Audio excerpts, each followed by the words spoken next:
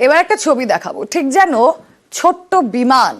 ভারতীয় সেনাবাহিনীর জন্য শক্তিশালী ড্রোন তৈরি হচ্ছে এভাবে আইআইটি খড়গপুরে। এই ড্রোন আসলে শত্রুপক্ষের উপর হামলা চালাতে সক্ষম যুদ্ধবিমানই ক্ষুদ্র সংস্করণ।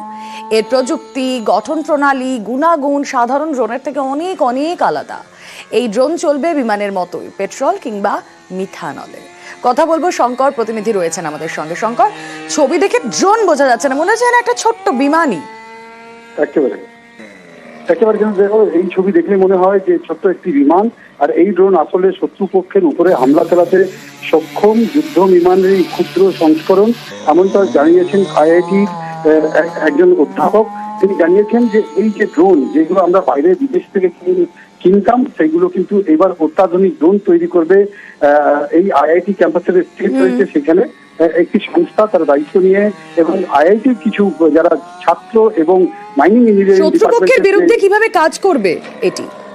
দেখো যেটা জানা, ওদের পক্ষ থেকে যেটা জানানো হয়েছে যে উপর মানে খুব উঁচু থেকে ছবি তোলা, যে কোনো বর্ডারে গিয়ে সেখান থেকে ছবি তোলা, এবং সেই ছবি একেবারে পরিষ্কার এবং যার বলা যায় যে ইমেজ কোয়ালিটি খুব ভালো হবে, এবং দ্রুতভাবে গিয়ে আবার ফিরে আসতে পারে নিচের থেকে, যাতে তাকে ড্রোনকে শুট করে নামানো যাবে না।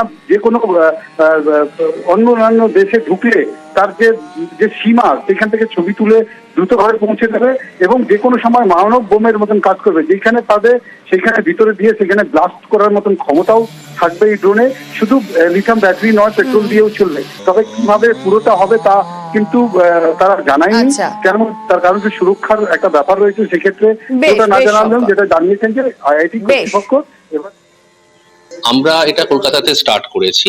আজকের দিনের সব থেকে বড় বিশেষত্ব হচ্ছে আমরা আইআইটি খড়গপুরের সাথে কোলাবোরেট করে আমরা স্টেপের সঙ্গে আমরা একসঙ্গে কাজ করব, এবং সব থেকে বড় জিনিস হচ্ছে আমরা আইআইটি ক্যাম্পাসের ভেতরে আমাদের একটা ওয়ার্কশপ থাকবে। ড্রোন বিভিন্ন ধরনের তৈরি হয়েছে, আগে ইউজ হয়েছে এবং বর্তমানে হচ্ছেও। তো আমরা যেটা চাইছি সেটা হচ্ছে নট অনলি ডিফেন্স, তার সাথে সাথে এগ্রিকালচার, এবং শুধু তাই নয়, যে ড্রোনগুলো তৈরি করা হয়েছে বা এখনো আছে তার থেকে এটা অনেক বেশি সাস্টেনেবল হবে। তার মানে এক কথা বলতে পারেন যে এর ক্যাপাসিটি অনেক হাই হবে, কিন্তু এর ওয়েটটা অনেক কম হবে।